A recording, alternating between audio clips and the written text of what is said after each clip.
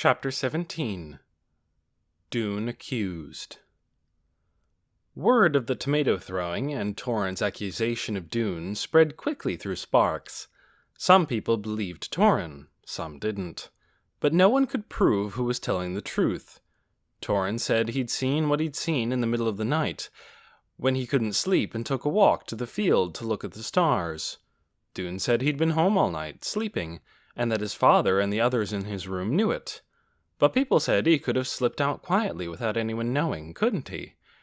He could have gone down there and done his mischief and come back, and they all would have thought he'd been sleeping the whole night.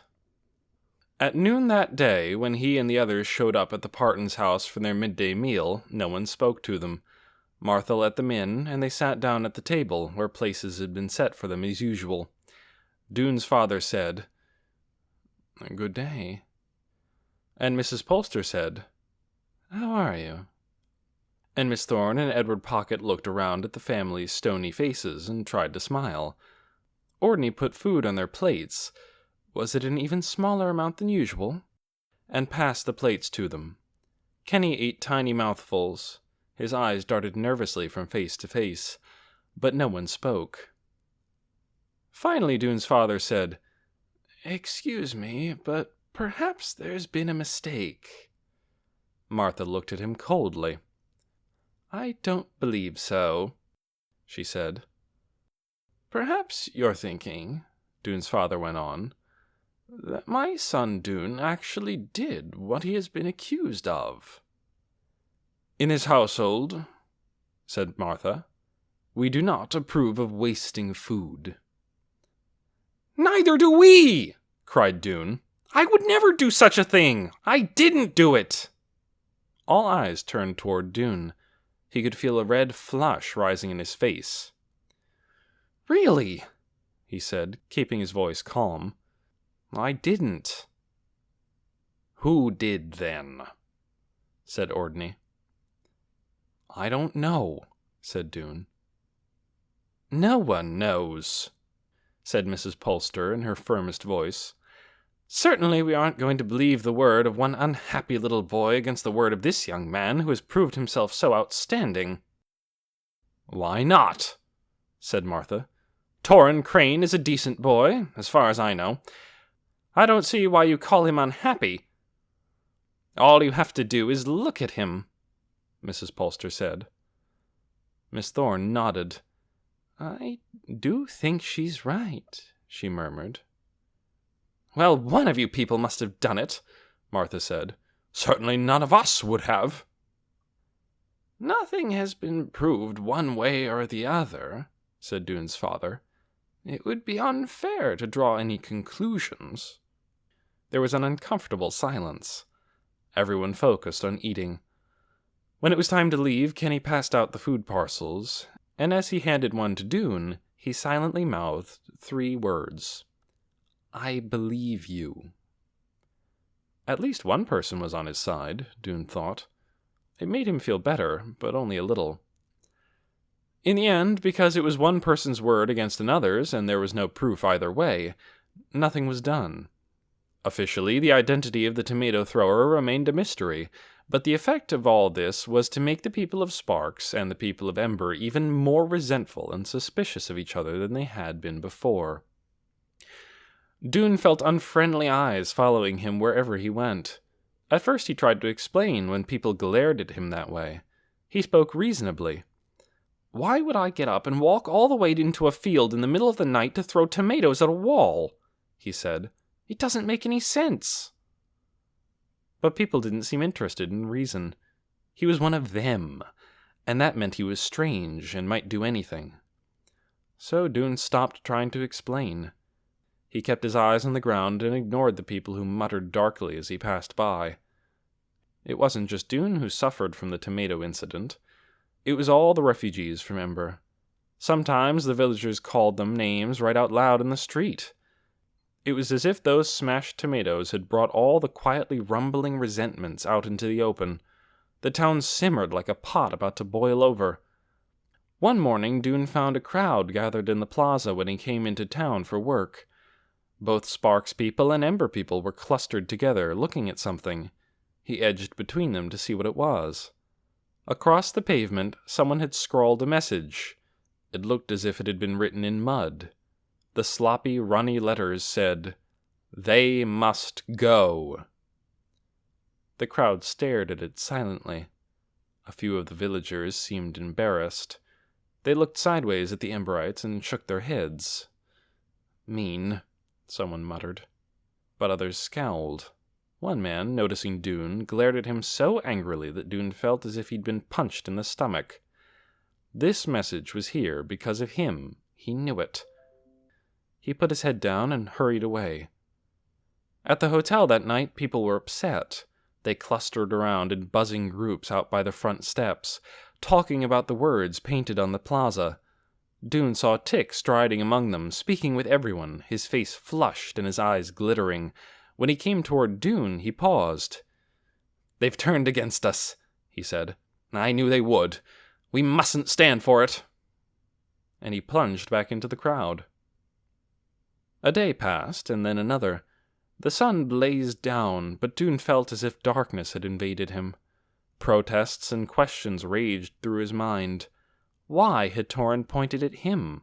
Was it just at random, or had he singled him out for some reason? Why did Chugger believe Torrhen and not believe him? Who had written the muddy message on the bricks of the plaza?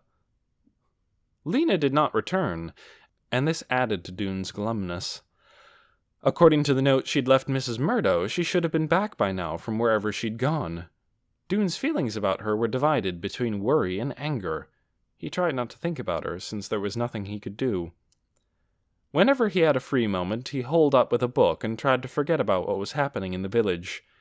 Edward Pocket brought him a steady supply. Edward was obsessed with his job. Every now and then, Doon would ask him how it was going, and Edward would get a feverish look in his eyes and say, "It goes by inches, young Doon. By millimeters. I've done this much." He held his thumb and forefinger at a tiny distance apart. "And this much remains to be done." He stretched his arms as far apart as they would go. "It's a gargantuan task. I press forward, but will I finish in my lifetime?" "It is doubtful." His fingers black with dust, he often came home in the evening later than the workers who went into the village, and he was so tired by then he usually went straight to bed right after dinner, even though it was still light. Doon would hear him mumbling in his sleep inside the closet. He could only make sense of a few words. "Caterpillars," Edward would say. "Cathedrals, cattle, chemistry, Christmas." Then he'd groan and thrash about, banging his bony limbs against the closet door, and go silent for a while. When he muttered again, he'd be on to a different letter. "Hamlet, Harry Potter, Hawaii, heart surgery, hippopotamus, hog farming." Doon imagined that Edward's mind was so stuffed with information by now that there wasn't room for any more, and the excess had started leaking out in the night.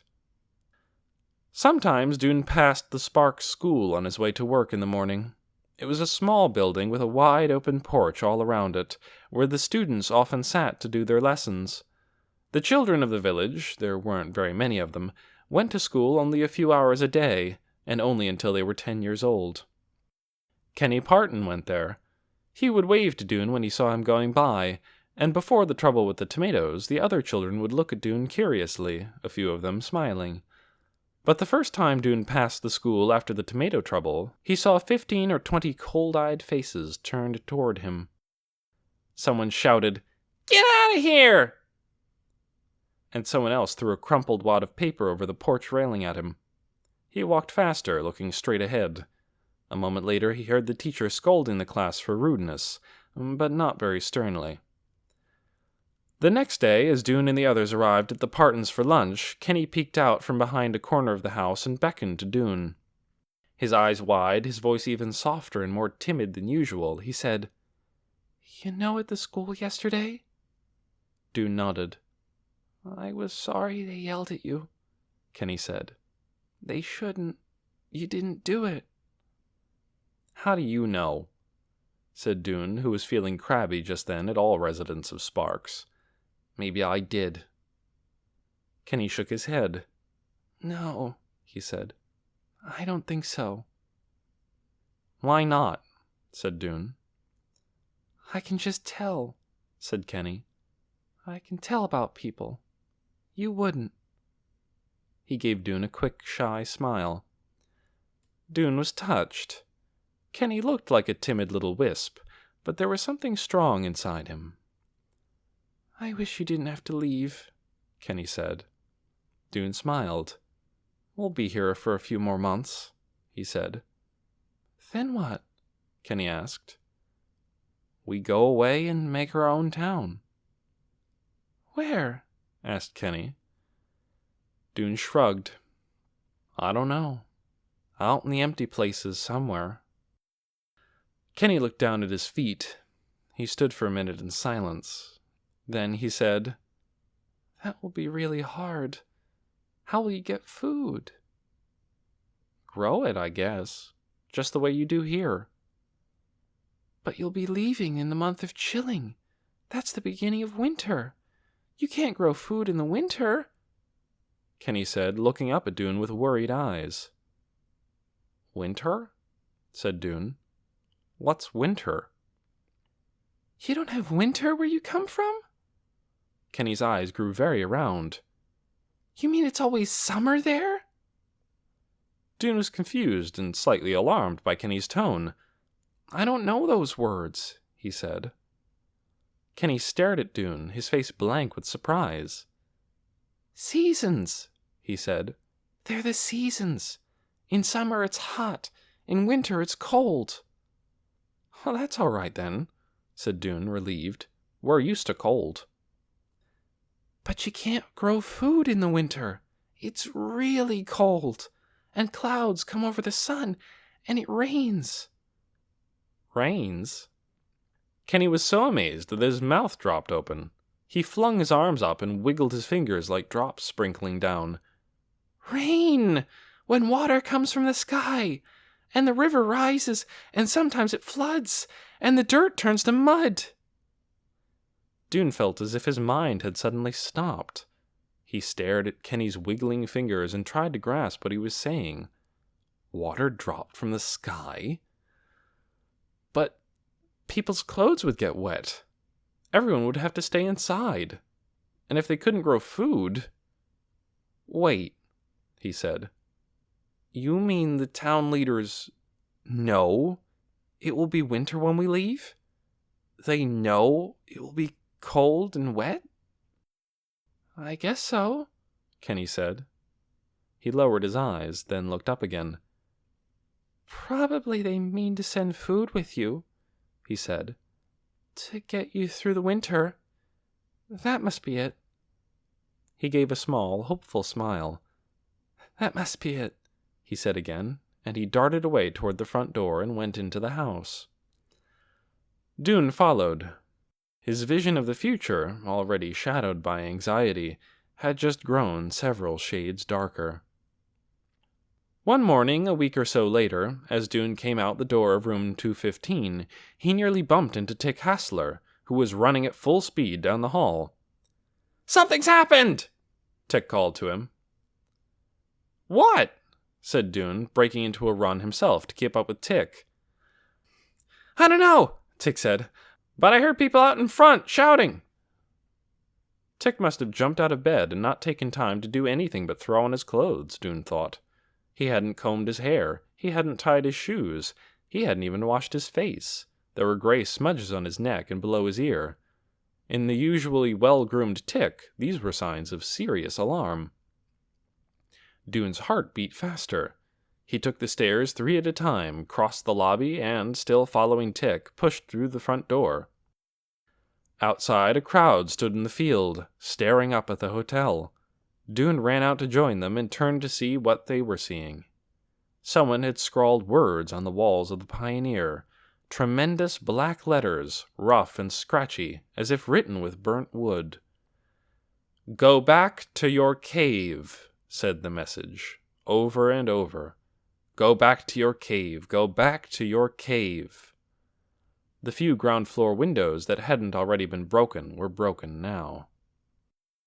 Doon stood, staring for a minute, feeling sick, and then anger rose in him. This was the work of whoever had slopped that mud message onto the plaza, another ugly message, bolder this time. Around him the others were rushing forward, shouting, staring at the scrawled words. Some of them stood silent and glum, with arms folded or hands in pockets. Others shook their fists in the air and vowed revenge. Tick was more furious than anyone, but he didn't yell. Doon watched him weaving through the crowd, seizing one person after another by the arm, talking in a voice sharp as a blade but low and steady. His light blue eyes glinted like steel. "It's what I thought," Tick said. "This shows it. They've pretended to be kind, but their kindness isn't real. Here's what we can know from now on. They hate us." He narrowed his eyes, lowered his voice almost to a hiss, and said it again. "They hate us. They want to get rid of us. Well, I'll tell you what." People all around turned toward him. "They want us to leave, but I'm not leaving. Are you?" He scanned the crowd. "No," said someone. Doon thought about what Kenny had told him. Winter, cold, rain. Maybe Tick is right, he thought. They do hate us. "Do you like being called cave people?" Tick cried. "Do you like being told to crawl back into a cave?" And angry voices, 20, 50, 100 of them, cried, "No! No!" Doon went up close to the wall of the hotel and examined the words scratched there. He pictured the people who had done it, clutching their burnt chunks of wood, writing with big, angry strokes in the dark of the night. Yes, Tick was right. Hatred seethed in those jagged letters. He felt almost as if their strokes had scraped open his skin. The second town meeting. The 3 town leaders called a meeting after these unpleasant incidents, the tomato throwing and the graffiti on the plaza and on the hotel wall. They met in the tower room of the town hall to talk. "This is unfortunate," Mary said. "I'm afraid these spiteful deeds will cause bad feelings to get worse on both sides." Wilmer nodded. "Feelings are already bad," he said. "These cave people," said Ben, "are not as civilized as we are. People who will destroy 2 whole crates of tomatoes might do anything." "We don't know for sure that one of them did it," Mary said. "Come now, Mary," said Ben. "I think it's safe to assume." "And what about the people who wrote 'Go back to your cave' on the hotel walls?" said Mary. "The problem is," said Ben, "we don't know who did that. But I must say I think they were expressing an understandable frustration. These cave people have adversely impacted our way of life. The food we give them comes out of the mouths of our own people." "We do have a bit of a surplus in the storehouse," said Mary. "But why should we use it for them? It's our protection against hard times." Ben smoothed his beard and went on. "I have a rule to suggest," he said. "I think it would be best if the cave people didn't eat in the homes of families anymore. I think it's too hard on our families to have strangers eating with them every day. It would be better if the families simply handed them their food parcels when they arrive. They can eat somewhere else." "Where?" asked Mary. Ben waved a hand in the direction of the river. "On the river bank," he said. "Or at the edge of a field, or on the road. I don't really care where they eat," he said, "as long as they don't intrude on our households." "Quite a few people have complained of the inconvenience," said Wilmer. "The Parton family seems the most unhappy." "That's because they have that evil boy," said Ben, "the one who threw the tomatoes." "We don't know that he's the one who threw them," said Mary. "We're as sure as we need to be," said Ben. So they voted. Should they make that rule? Mary voted no. Ben voted yes. Wilmer hesitated for a few seconds, his eyes darting between Mary and Ben. Finally, he voted yes. "I suppose this will make things better," said Wilmer. "I'm sure it will," said Ben. "We need to make it clear that this town belongs to us. This is our place, and these people are only here because of our generosity. Because of our generosity." "I think we have made it clear," said Mary. "We went all that trouble to make a flag and put it up on the town hall." "No doubt that will help," said Ben. "Still, we must constantly reinforce the message. If they don't behave themselves, they can't expect to stay here even as long as 6 months." "They've just begun to get used to things," said Mary. "They're not ready to leave." "That," said Ben, "is not our problem.